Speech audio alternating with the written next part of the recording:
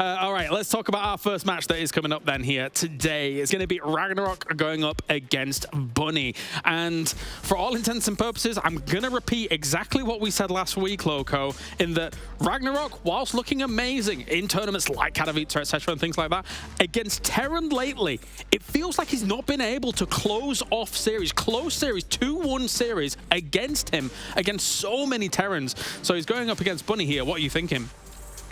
Yeah, this is definitely going to be a really interesting match. I was just looking at the statistics for these two historically, and they've been going back and forth. So RagnaroK has won 47% of their encounters. So they've basically been going back and forth ever since, well, they first started competing, which is over a decade ago. But I'm definitely with you. I think over the last year, at the very least, Bunny has been looking a little bit stronger. But then again, RagnaroK did have the better World Championships result. Yeah. I mean, taking down Serral, of course, in that series as well over there. And I mean, then he went up against Maru, I suppose, to the next round, if I'm not mistaken, right? That was a little bit of a one-sided match, and I think he'll do better against Bunny for sure. How about yourself, Wardy, coming into this one? What are you thinking? You know, it's so weird because I've just not seen Bunny, right? Like, where's Bunny been playing? He's just not been playing in anything. Where all of these guys have been playing online cups and tournaments and everything, Bunny's just been sat back. Not really sure what he's been up to. For a while, he was mentioning he was looking for a team and everything. Then he got his team, but we just still haven't really seen him play. He played some GSL qualifiers, and his matches before that, 2 matches in GSL qualifiers, beat Hero to qualify, and then, before then, he hasn't played for 2 months. Not an official match. So how do you know what Bunny's going to bring? But then he 2-1's Hero, so he's got to be good. I've not seen him online on my friends list. I've not seen him in any ladder games when the Koreans are streaming. Where's he gone? So he's good. He's just not been playing. So, I mean, if I'm RagnaroK, I'm terrified because I have no idea what Bunny's about to bring to the table. There's nothing to go off of apart from past history. And yeah, if you can beat Hero, then I think Bunny's obviously in pretty good shape. Just, yeah, hard to say what he's going to do. Yeah, maybe he was busy during Easter, all those, rabbits doing what they're doing. But we got RagnaroK going for Gresvan, we got Bunny going for Babylon, and then NeoHumanity if we need it here, Loco. So any thoughts looking at that? No, I was just giggling. I didn't quite catch your Bunny joke there. I was like, Easter, what's going on here? That was way funnier to me than it really should have been. Yeah, no, this is going to be a really fun series, man. Gresvan to start things off, I don't think that's really all too surprising. I mean, these maps in general, they're the ones we've seen most of the time. I guess we see quite a bit of Royal Blood too, but yeah, overall, yeah, nothing too surprising. All right, gentlemen, well, thank you very much here, and that is the start for now. We are heading on to our first best of 3 here. RagnaroK and Bunny go up against one another in a best of 3. All right, thank you very much, James. We are going to be heading into our first cast of the evening, and what a fantastic way to kick things off with a very evenly matched historical matchup. Zerg versus Terran, the Bugs versus the Aliens, and hey, I used to be a main Zerg player back in the day. I've got my Terran buddy with me as well to talk about it. Yeah, absolutely do, Pig. And yeah, I like that this matchup is so close between them, because when I do think of Bunny versus RagnaroK, I think of two, even though they've been around for quite a long time, I still think of them as like eager, super try-hard players. Like they'll do absolutely everything in their power to be as fast as possible and to really like brute force their opponent. So I'm glad that the history between them is as close as it is, because yeah, I don't really class one as the clear favorite here. I do think Bunny, his peaks have been super high, but as of RagnaroK's, man, a second place in GSL that we all still look at as, oh, was that a bit of a fluke, or like, what was it? But Bunny, for the last few years, has just kind of been slowly going up, right? Which to me shows he's been working hard, even though I've seen him in the last few months properly. By the sounds of it, it doesn't sound like he's been slacking.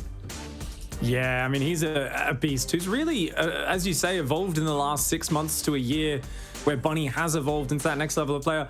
On the other hand, he's dealing with RagnaroK, who sometimes makes Zerg vs. Terran look kind of easy. I mean, we saw him just smash Banelings all over Beyond, and he had him dead to rights. It looked like it should have been a 2-0. He was on top of Beyond's production with like 60 army supply. Beyond had 1 Thor on the map, and somehow Beyond got enough units out and survived and weathered the storm. And that's really what it's like when it's a Zerg vs. Terran between these two players. Can you survive the ridiculous number of Banelings that are going to come your way? Because it's not about will he, it's about when and how many. And it's always going to be at least 100 Banelings at a time. In the top left side of the map, representing Alpha Rex, the Baneling King, it's RagnaroK. And spawning over in the southeast side as our blue Terran. You love him, you know him, he's Bunny.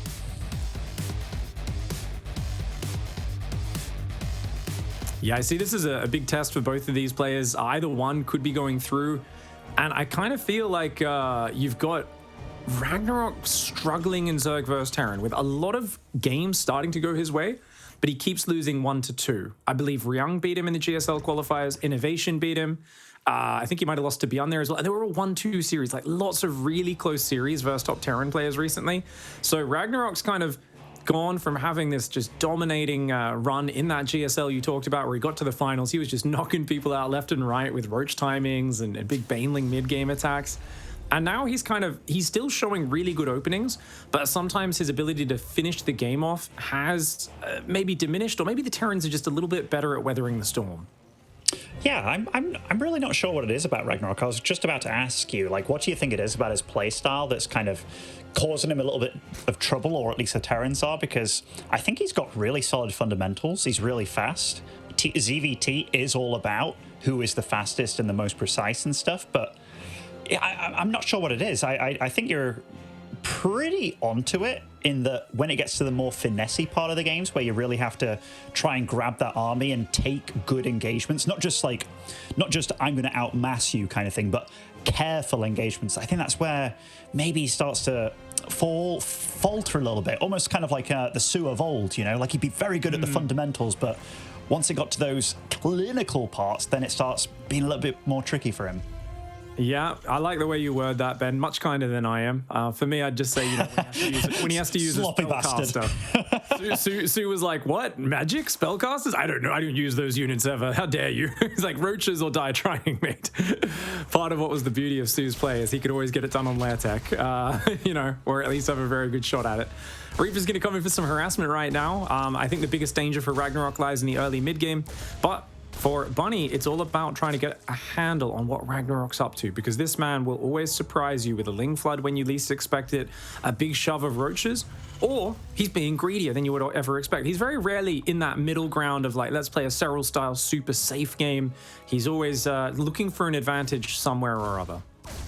Yeah, you've always got to be prepared for this man, because he always has a finger on the trigger, like no matter what, and he is willing to pull it. If anything goes awry or he sees a little bit of a weakness, he's ready to go. So Bunny, it is a fairly large map when it comes to like the rush distance across, and there's a lot of avenues that you can scout and get this Reaper out of dodge, like this mineral base just a little bit southeast of this point. You can run back and forth, but Bunny's doing everything that he can just to slow down the creep spread, and he is going 3 CC behind it, so a nice solid macro build for him. Yeah, great setup so far. An early creep tumor snipe, always something to be pretty happy about. He's got the second gas up on the natural expand, does Bunny. This map's really interesting because even though it is really long across, it feels like once both players take that front triangle third, it always devolves into Terran having a giant push below the cliff, like, you know, down the central base, like just down there to the bottom of our screen. And there's almost always a big tank army kind of around that ledge, and the Zerg is either trying to do big backstabs or they're dying and they're losing and it looks terrible, and then Vipers come out and Blinding Clouds kind of turn the game around. Yeah, no, you're absolutely spot on. Bunny is going for one of the greedier builds that I know of, where you just go for like a Viking first out of your starport. So any sort of Roach build would have been pretty okay against him. And when I say pretty okay, we've seen a few Roach builds actually fail on this map, such as Arena versus Special. That was a bit of a fiasco for him, but he is going to get away with it. And upon seeing that, I don't know whether this was devised earlier for RagnaroK, but he is going to go for a Roach Warren. But he does get a good scout on what's actually going on here. It won't be mech for Bunny, but we kind of never expected it to be for Bunny. No, Bunny is good with those multi-drops. He's good with that bio. Give him some movement. He'll do great. I was going to say I'd love to see him play Widow Mines against RagnaroK to, you know, really stress out the multitasking, hit multiple angles. But Roach Tech, you don't really want to be playing Widow Mines versus that unless you're a bit ahead. Siege Tank's almost a necessity to make sure they don't just run mass Roach across the map and take you out.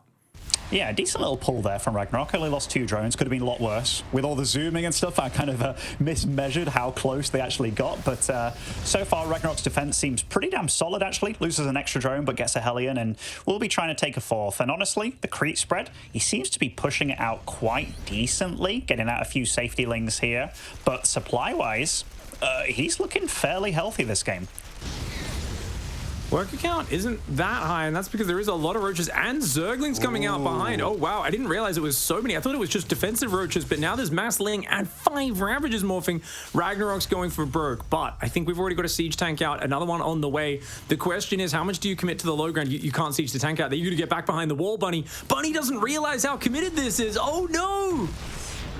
I mean, that could have been a big pouncing, honestly, but the Ravager's coming along. That tank, it's not long for this World Pig, and this is a nice little block there from those Marines. Stops those Zerglings from getting in, and it is kind of just Roach Ravager. In fact, mainly Ravager left over, but there's not a lot of firepower for Bunny, and he's already getting massively shut down here. I do love this positioning here, though. Like, he's working with that little wall, using the positioning of the depots here to try and help out with whatever he can, and if he can survive...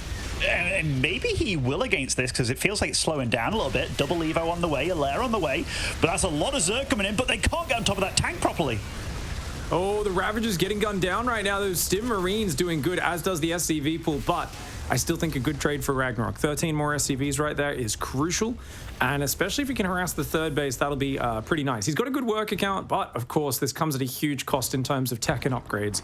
The Evo chambers are just finishing as 1-1 already kicks in for Terran. And RagnaroK's continuing with 10 more drones, so he's really pushing, as greedy as he could possibly be. Going to 73 drones versus 43. He needs to hold down that army key to be safe, and Bunny needs to get across the map with some drops or something to counterattack. He is way behind. He's way behind, and the scariest point in the game for RagnaroK is now, because this is when he's at an upgrade deficit. His roaches aren't quick. Remember, they don't have the speed upgrade for them. They're behind in upgrades and what have you. But I do love the fact he went as greedy as he could behind that, just being like, you know what, let's get absolutely everything. It's kind of like the old approach that Zerg's had in Wings of Liberty, where it's like, I'm going to make so many drones that even if I lose some, I'm still in kind of okay shape. You know what I mean? Not going to try and battle it out with that many units. And I think he's still got enough units. And even if he does lose a bit here, I think he's more than fine. Yep, the laser setup. You lose 20 drones, it's fine. I'm going to have 20 more popping out. And I already was at 90, so it makes no difference. You can't dent this Zerg. And RagnaroK looks like he's too big to fail at this point. Bunny's option may be to just turtle on up and try to survive to the late game. He's getting concussive shells, Marauders, prioritizing the attack upgrades. Armor upgrades do come in behind it. And Bunny's going to try to turtle on 3 base. He's going to have to try and maybe put his tanks on the cliff, think about lifting his third. But with a Nidus Worm coming down, RagnaroK is just going to shove with mass Roach Zergling. You know what's kind of funny this game? Like, Bunny went down to like 77 supply or 69 or something. Nice. But every time that he actually got unsupply blocked, he supply blocked himself again just because of how much production he had, but how few supply depots he had. So RagnaroK really sent him to back to the Stone Age with everything that he did. I'm a bit surprised about the Nidus attempt afterwards, but maybe he just felt like he did so much damage. But it kind of feels also like one of those, anything I do at this point could feel like the right thing. But Bunny's kind of, I don't want to say sniffing this out exactly, but look at that. He's prepared, it feels like. Yeah, he is prepared to stop the Nidus. I don't know if he's going to have the numbers to stop the attack on the front. A handful of Bio, Marauder, Hellbat with siege tanks there. The double drop comes in, hoping to distract, but he's not going to be distracted. That's actually just going to force RagnaroK to pull the trigger. He's going to dive on in. 4 siege tanks getting swamped by this Roach Ravager Zergling. Beautiful bile spread across it, and every siege tank has fallen. Every tank did fall. At first, I was like, maybe Bunny can hold. I saw the supply dwindling, but then it was like, boom, 30 roaches remaxing on, and RagnaroK just has so much right now, and he's so damn greedy. Yes, he's losing drones in his own base kind of thing. Oh, almost sniped down one of his own medevacs with those Marines just then, but so much, like the 2-2 of Bunny, it's not online yet. Oh my goodness, those biles. Oh, you Warcraft 3 players always trying to cast off that supply tab. I know how it is, Ben. I know how it is. Todd and you, two birds of a feather flock together, hey? But as it is, I think roaches are going to bring back, so we're going to see a nice, simple game. And I got to go back to that Roach Ling timing, dude. That was shocking timing. Like, Bunny was so caught off guard, even when he saw the roaches coming. He had no idea what was actually happening, because that was such an oddball moment in the game for RagnaroK to push. It seems like he did everything to sell the story of a macro game, and then he's like, nah, you're not even going to expect this. 8 roaches, turn them into Ravagers, mass Zerglings, and I got to say the most frustrating sort of Ravager Ling timing is when you don't see it coming. I mean, we talked about it, like, RagnaroK is definitely the kind of guy that will just be like, oh, I can make a lot of units now. Like, let's freaking do it. And we saw like the supply that was climbing for him, but it was like, oh, even the Roach Warren. Like, I don't know if that was a reactive Roach Warren, where he was like, you know what, the Viking is now. I see the barracks at the top of the ramp. If I get enough roaches right here, right now, not waiting for roach speed or anything, I just go. And it was actually a really good call to make. I'm not sure if this was planned or whether it was just kind of like one of those things. I'm guessing it's one of those scouting things where you just see that Viking and you know that they're skipping out so much. They're not going to have a Banshee tech. There's not going to be anything too crazy behind it. And the amount of damage that he did with this, like supply blocking him and then playing as greedy as he did behind, it was actually really damn cool. And the Nidus, it didn't even come into effect here. It was just a brute force game from RagnaroK, and that's exactly how we like him to play. It's where he gets most of his success. Yeah, I like the way you describe that, because it really is one of these things. If you look at that on paper, 6.5 minutes hitting with like 5 Ravages, 3 Roaches, 25 Zerglings, doesn't really seem that impressive. But it's, as you said, he scouted with that Ling up the ramp. He saw the Starport was building reactors for barracks that weren't finished building yet. A Viking, couple of Hellions, couple of Marines with no upgrades yet. None of that was ready to defend that attack. And that is why, of course, he was trying to get away with the greedy build. Bunny gets punished in map number 1. And now RagnaroK only needs one more map to finish it off. So I actually think RagnaroK, there's a decent chance he tries to just play Macro Ling Bane in the next game. I think he's going to be especially confident after what happened here that there's going to be a bit more safety from Bunny. And safety from Bunny is probably going to prompt a bit more greed from this man. It's also the Terran's map pick. Let's see what this Zerg player can do. In the top left side, representing Alpha Rex, it's RagnaroK. And spawning over here, currently 0-1 down, it is Bunny. You know, I just had a little browse at the bracket as well, just to make sure who's playing who and what have you. So obviously here, RagnaroK Bunny in round 1. The winner of this goes on to play Classic Gumiho. Now, I think if you think about the players on the other side of the bracket, you've got Creator, Cure, Domragu, Hero. Like, Hero is scary, obviously. I know he's having a bad time against Terran in general, but mainly a bad time against Maru, if I'm, like, completely honest. Although we did lose to Gumiho. I think whoever wins this has a very good shot of making it through. Just with how they've been playing, Gumiho really damn impressed me last weekend, and he played far better than I thought he was going to. And in fact, I think he's looking like one of the favorites in these Korean brackets, which I didn't think I'd be saying. I've been totally caught off guard by how good he played. Oh, a little bit of a lag spike here, but yeah, this is kind of, I don't want to say do or die, but this matchup between these, like, yeah, you're looking at this as like, okay, it doesn't get better than this. Like, I play the winner here. Classic might beat Gumiho, which is a bit of a surprise because you never know how that matchup's going to go. If I go against Gumiho or Classic, it's much nicer than potentially running into like a Hero or a Cure in the lower bracket, and then, you know, your life is fully on the line there. Yeah, no easy matches, but I got to agree with you. If you're dodging Hero, you're on the better side of the bracket, that's for sure. And it's just incredibly competitive all around. You know, Bunny comes in as a slight favorite versus RagnaroK. Classic is a slight favorite versus Gumiho, I would say right now. But they're all super close matches, and I actually think these are often the best matches. So many people, especially when they're only casually following a game or a sport, they're like, hey man, I want to see Cyril, I want to see Maru, you know, the two top dogs, that sort of thing. And anyone else probably won't be that good of a match, but I actually feel like today's matches are, in general, way more evenly matched than a lot of matches from last week. And as a result, I think there's going to be a lot of 2-1s, a lot of 3-2s in the best of 5s as well. Whereas it kind of took till, I think it was the second day to get some really banging best of 5s last week. Dark versus Gumiho stands out in my mind as an absolutely wild series. That one really delivered. I mean, absolutely did. And Gumiho really kind of put on a show like that weekend, taking out Hero to put him into the lower bracket. I mean, eventually Hero did get absolutely bought by Maru. Wasn't even close, but yeah, the fact they did that and then he went toe-to-toe with Dark until a game 5, and that was by far the series of the tournament thus far, right? Like, it was just amazing. Yeah. But I was just looking up the stats between Classic and Gumiho, which will come up after this one. You're right, Classic has been a little bit of a favorite recently, and they've played a lot of series against one another, man, like 50 series in history, which, yeah, and that stems through the absolute history of time, 2014, where they both started playing, yeah. such a long amount of time. You know, it's so funny, Ben, because it's like, hey, a lot of these guys were playing an eternity ago in a different lifetime when, you know, we were competing.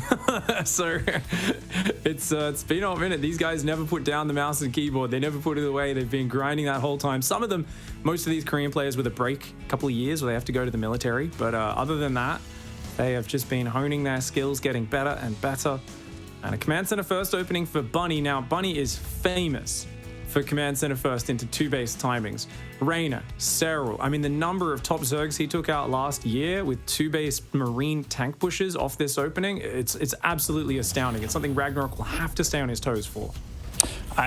Absolutely. Like, the first time I saw Bunny play his CC first kind of shenanigans, I was like, oh my goodness, because he got matched up against Reyna and GSL. You know, Reyna took a month out of his busy schedule, went over to Korea. We thought big things was going to happen, and Bunny just absolutely shut him down with the same build a couple of times in a row. And I was like, CC first is back on the menu, boys. Like, it absolutely is, and Bunny was the guy doing it.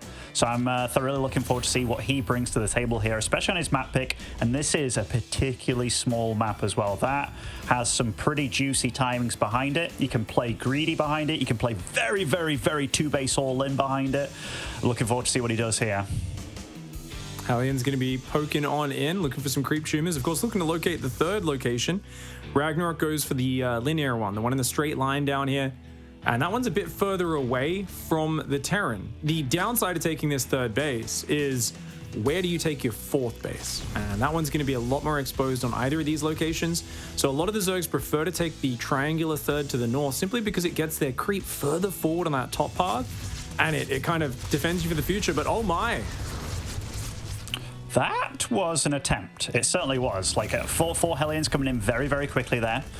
He obviously didn't go for a Reaper, so didn't have that kind of buffer for it, because he went for, like, the Marine first. But it did mean that his factory was very fast with the CC first as well. That was a nice scout by RagnaroK. Wait, did he just cancel Cloak and switch a route? He did. Okay. So RagnaroK still has to respect the fact that Cloak could be coming online, but here he is, just going straight for a lair there. More drones, more drones.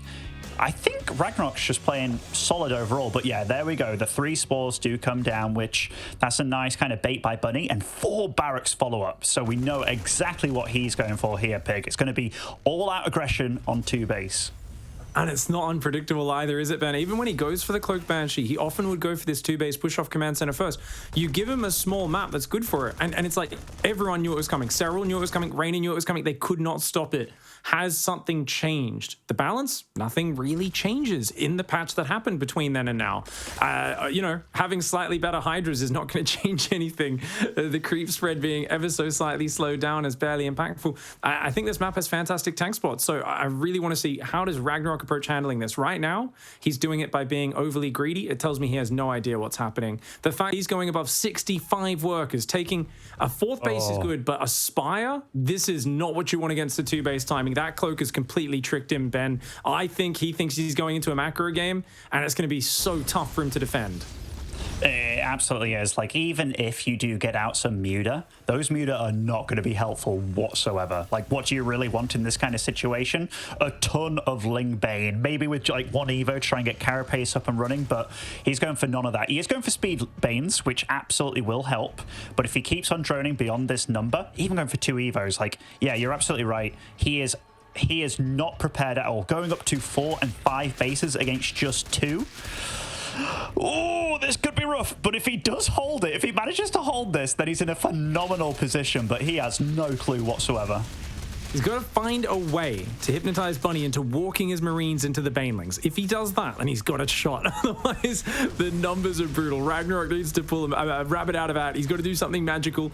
I think backstabbing, giving up ground, and refusing to fight as long as possible is the way to do it. But oh my lord, he doesn't have a single Baneling morph. The army's just going to shove so deep on creep, and he's got nothing. I mean, even these Hellions are causing a lot of problem here, Pig. Like, they really are. And look at all those Banelings. I do like the fact that he grabbed a lot of his low-health Zerglings, but, oh, not when they're morphing right in range of everything over there. And look at these tanks. That's 3 tanks on his doorstep. Slow Banelings as well. Well, this game, Pig. It's those are the saddest finished banelings of all time. Oh my goodness. Can I have a look at the resources lost tab as this game ends? We've got to see the units lost on that one, right? I have to. Can we look at the game's win screen just for a moment Just there? WhatsApp observers, go. Because yeah, that was absolutely brutal. Like, this is the thing. Like, both these guys are aggressive as hell. Like, they really are. So the fact that they will just kind of, you know, pull the trigger on one another, take them out without the other guy even remotely standing a chance. And yeah, that's a healthy resources lost tab, especially in like a 7-minute game there. Wow. 3.5 to 1. You don't see that every day. Yeah, it was just completely blindsided. I mean, we talked about Cyril and Raynor losing to that when they knew it was coming. Two of the very best Zergs in the world, stopping at 55, 57 workers, making nothing but Ling Bane, having Baneling speed ready, and still dying to that exact same push. So you see RagnaroK there going to 65, 70, 5 bases, double Evo chamber, 3 more gases. There's no chance with those numbers. Maybe on a big map, maybe with a nice backstab or something to buy some time, some Banelings, there's a chance. But he was completely blindsided, and it was all about that cloak cancel that you picked up on the Muslim. So I guess he just assumed it was going to be a 3 command center build following up the Banshees. You know, sometimes good scouting works very much against you. You know, like, it was good scouting then, but then totally was on track thinking about one thing happening, and then it was like no scouting after that, you know? Like, Zergs very often, they're like, what are you doing with your gas early on? You figure it out, and then you just macro, right? Because you can kind of hold everything with, in theory, a bunch of queens, as long as it's not super duper all in. A bunch of queens, Zerglings, Banelings, and what have you. As long as you're not caught off guard by something like battle cruisers or cloak. So as soon as you get a read on what's going on, and you kind of, you play close to perfect, you should be able to hold everything in theory. But this kind of stuff, I guess RagnaroK can maybe think to himself, all right, you know what? The follow-up scout afterwards, maybe like a minute later with an overseer or something, like just to help myself out, could be very, very effective. Yeah, it's always tough. And that man, I mean, it was the Terran map pick. So, you know, we're going to go on to the deciding map. It is going to be NeoHumanity, a map which is very good for the turtling. But I think this man's actually shown excellent Broodlord play here in the past. Let's see if he does it again. Down here in the bottom right side, representing Alpha X, it's RagnaroK. And spawning over in the top left, representing Mystery Gaming, it is Bunny.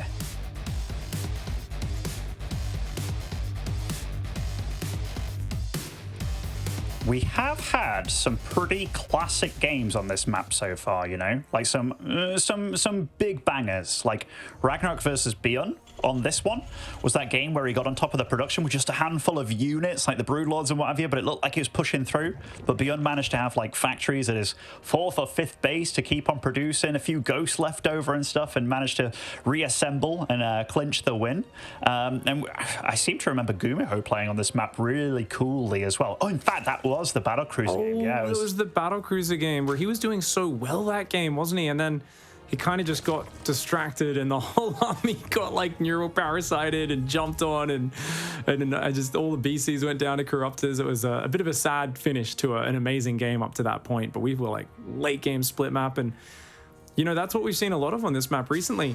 Cyril was streaming his run in Kung Fu Cup just you know, earlier this week, and in the finals, he was even saying versus Oliveri, or, you know, this map, it's really hard to finish your opponent off. Gresvan, a little bit as well, but NeoHumanity, if they get turtled up and set up, it can be really difficult to finish the opponent. However, because it's not that wide across, I really do feel Broodlords at a good timing or a really crisp, like Lurker Viper timing, can be huge problems for the Terran. As a result, when we've seen like Spirit on this map, for instance, he's building like 3 bunkers at his like 3rd and 4th base. He's like keeping his tanks in a really defensive setup, and that's because that very quick Lurker Viper build kind of really went through the EU meta.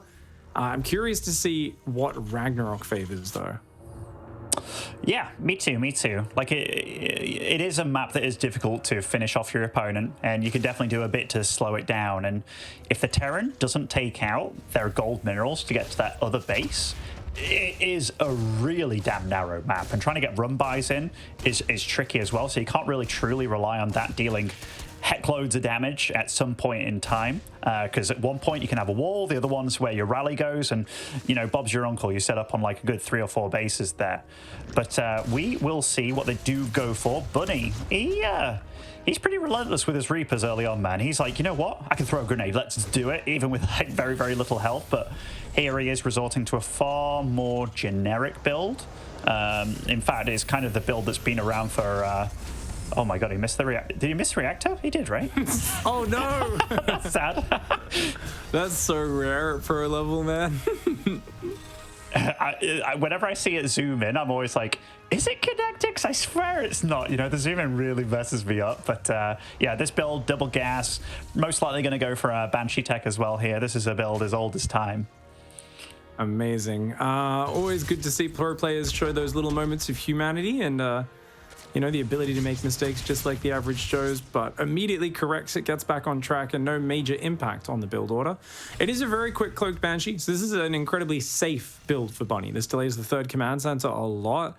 It does give him the chance to do some light pressure, and his opponent already dropping a Roach Warren, Ling Speed finishing up as well. Okay, RagnaroK, is this just going to be Roaches for a defensive setup? Game 1 makes me very nervous just to watch if a whole bunch of Overlords start up at any point, if he starts saving up his money. Because if he does, there's a high chance of him going aggressive. And there we go, 3 Overlords on the way. RagnaroK's Roach Warren almost finished. He's going to be going, I believe, for a big Roachling aggression. If there was a time to snap out of it, though, like now would be the time, because you seeing a starport there and it's like, okay, Cloak's on the way. And we did see quite a lot of drones start up there, because 43 drones... Yeah, I think he's decided, like, all right, you've gone for an opening here that can absolutely work, like, it will work against me. And he gets to see that the 3rd base is quite late here, gets to see all the timings going off inside this base. And yeah, he's going to start up his lair now, and he's got a healthy drone count behind it, and he's been deflecting these Hellions. RagnaroK, for his first initial scout, has been making good calls throughout this series. Indeed, and keeping the option to kill your opponent there, scouting, seeing if he had the go-ahead or not, and then just saying, no, abort, keep droning. Having that Roach Warren is not a big problem. You know, it's not that huge. I'm not even sure if he let it finish. He may have cancelled it, but Banshee comes in. We'll get a couple of drones. Yeah. Spore Crawlers just a few seconds late. Every drone that goes down, something which RagnaroK doesn't really want to be losing, as he did save a bit of money before, so this hasn't been the biggest economy start for him. And there we go, the Baneling Nest starts up.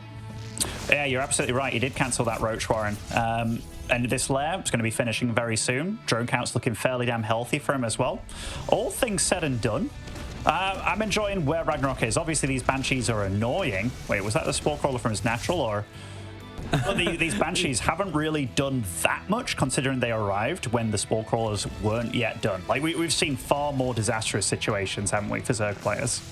Absolutely. That was so risky with the Spore Crawler. You called it. It was the Spore from the natural. Luckily for him, Bunny did not realize that and did kind of back off. Spires on the way right now for RagnaroK. So Mutiling Bane is going to be the play. That's fascinating. Mutiling Bane versus Bio Tank. Now, it's so common for Terrans to play siege tanks on this map rather than Widow Mines.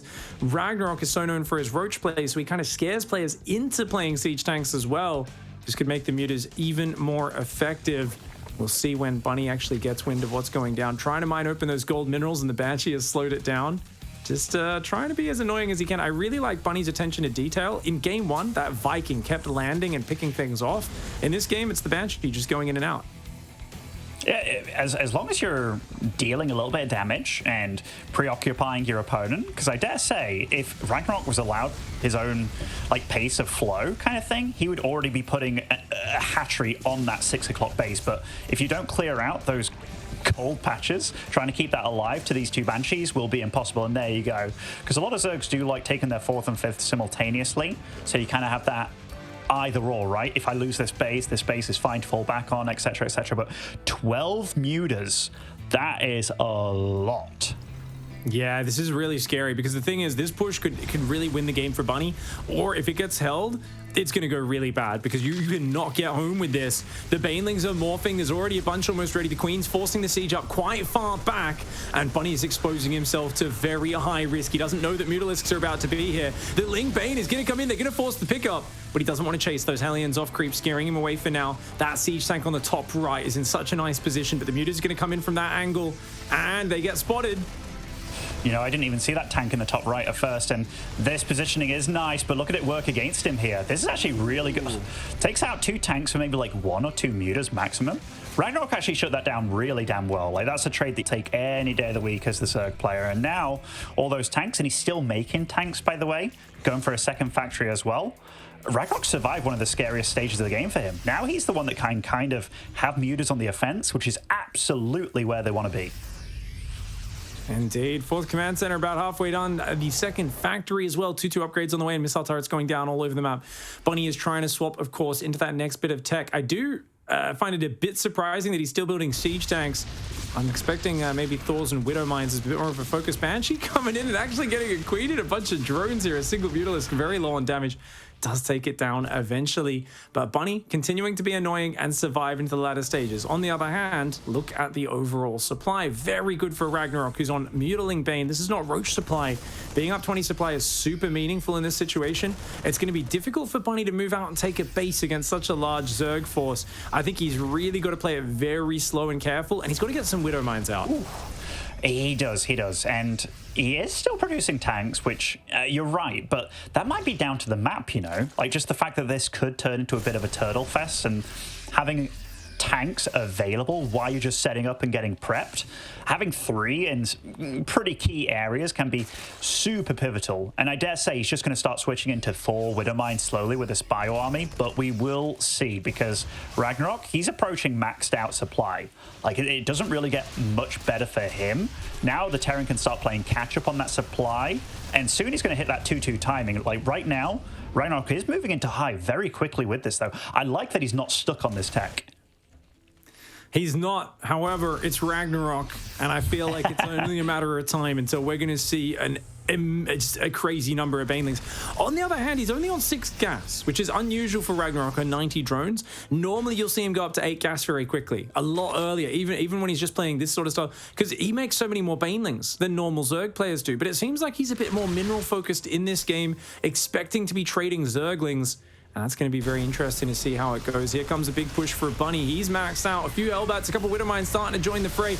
Baneling wave goes in and actually gets some big hits. Very nice start to the fight for RagnaroK.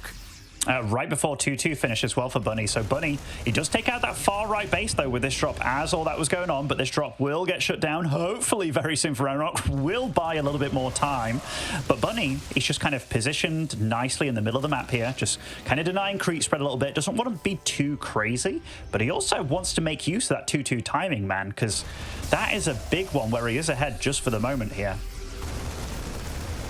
Muta's dancing around trying to slow this push down. I'm surprised no Ling Bane's going for a counterattack. I feel like RagnaroK can just go bust that 4th base on the left, and that's going to force Bunny to step deeper into your territory. He really needs to do something. He can't just hang out here threatening. RagnaroK's coming in for what appears to be a flank in on the 3rd base, and he just changes his mind, starts moving to the left side with those Zerglings, takes out the Sense Tower, and then does just pull back out of there.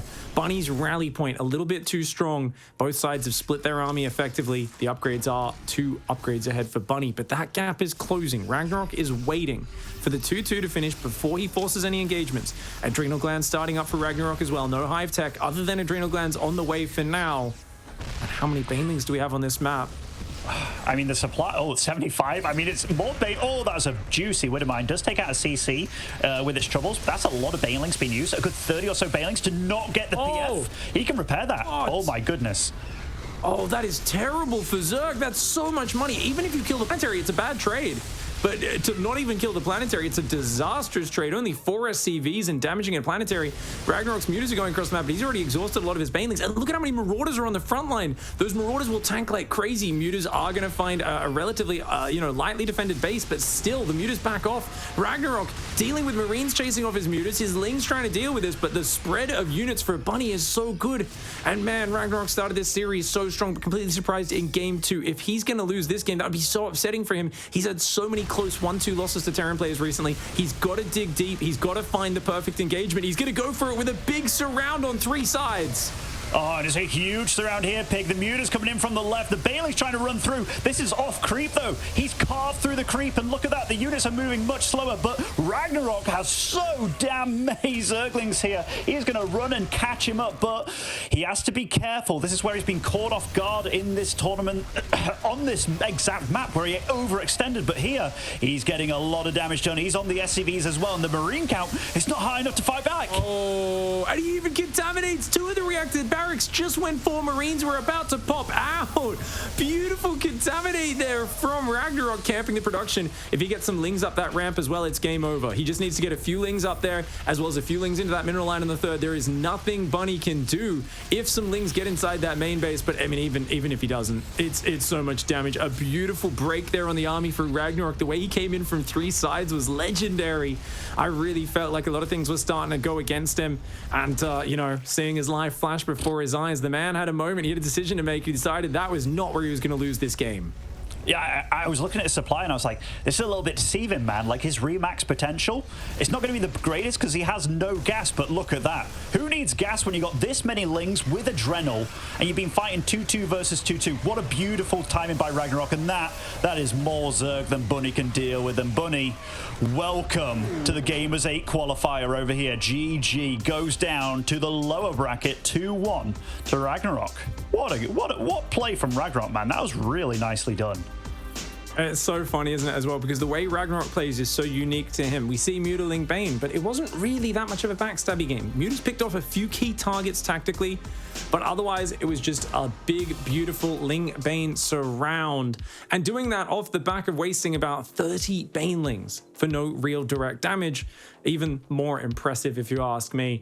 RagnaroK is a man of, you know, polarizing engagements, and he may have started with a bad one, but he ended the important game-ending fight with that big surround, and very well done. The Thors, he used the Magic Box micro to keep them in formation spread out above the Thor to take that one down. He had his Banelings that he was very actively not just blowing up on siege tanks and marauders, but chasing the Marines and looking for the extra bonus on the light units. Really cool play overall, and we'll get to find out what our analysts think after that series. You're right, Ben. Thank you very much. That was cool, as he mentioned here. Wardy, as well as Loco, joining me to talk about this one. It's over. The RagnaroK curse going up against Terrans here, Wardy, is over. He finally gets a 2-1 on the board in his favor. He does indeed, and kind of a wild series, right? First game, fast and aggressive one way. Second game goes the other way, and then RagnaroK does only something he's really been doing lately, which is to bring those mutas into play very frequently, something that he does more so than anyone else, I'd say, at this point, especially in Korea. And is able to look very dominant towards the end there as well, which is very cool to see. His first game, he really did just catch Bunny unprepared. You know, Bunny had one tanker, was out the front, there's no defenses there. Obviously, he just kept the pressure up, able to run through, and well, I kind of was a bit worried. I was like, oh, it's going to be one of these series, but Bunny really fought back very well in that game too. Yeah, zoom in. The highlights presented to you by RagnaroK here as we, as I say, move on to game 2. And then, Loco, it really did feel like Bunny was like, okay, well, you can be aggressive. I can be aggressive too. Let's try and even things up here. Yeah, I feel like I blinked and then that second game suddenly ended, right? I mean, he hit a really sharp timing and he caught all of those Banelings right over here at the third base of the Zerg. And I mean, Baneling speed is 10 seconds away from finishing. He catches those. The Zerglings get blasted by the siege tanks. And well, this game, it was over right as that attack came across the map. And as we move on to game 3 with this finishing up, Wardy, I mean, it really did feel like there were moments in this game where I'm thinking to myself, okay, RagnaroK, this looks very similar to what we've seen even in this tournament so far. However, extra little steps taken by RagnaroK to make sure that he's not going to fall behind when he's kind of making these big pushes and then getting onto that production. He was just very good, patient, engaging in proper ways and making sure the Banelings were always going to have a good chance. And the moment he had the advantage, he just didn't stop, right? He just says, that's what the mutas are good at. If you don't ever get a good Marine count up, these mutas will kill everything. And obviously just ran in with everything. Like I say, didn't give Bunny a chance from there on out. And yeah, just RagnaroK, I want to say pretty solid stuff, man. He brought a couple of different things. Like, yeah, game 2 wasn't hot, but the other couple of games liked a lot. He gets to move into that upper bracket round of 4. And, you know, you tell me RagnaroK plays classic Gumiho, and I say both of those are winnable series for him. Absolutely. So he's got to like the look of that, especially now that he's finally shaken off a little bit of this ZVT rust. I don't know. If Gumiho somehow makes it through there, considering how good he looked in the previous bracket, I think that would be an absolute stonker of a match as well here as we take a look down the lower bracket. Unfortunately, Bunny is the first one to fall down here. But yeah, so now this is a good opportunity for RagnaroK to get away from the idea of a lower bracket here, Loco. He absolutely wants to go through that. But as we hear and mentioned here from Wardy, Classic or Gumiho, it's no small feat. No, that is going to be a really close match, I think. I mean, Classic has been looking really strong in general ever since he's come back from the military. It's taken him a little bit of time to once again get back into the swing of things. His PvT is looking really good as well, but I was just having a look at the GSL qualifiers, and apparently he beat both Dark and Solar to make it through there, which is honestly also incredibly impressive. Now, I don't know how well Protoss versus Zerg is going to help him out against Gumi, but it certainly shows that the man is on fire right now. He knows what he's doing. All right, well, we're going to go to a break. Thank you, gentlemen, here at Gamers Without Borders. And I'm crossing my fingers. I want to see some Protoss do well here in these brackets. After the break, we've got Classic versus Gumiho coming up. So more from Gamers Without Borders right after this.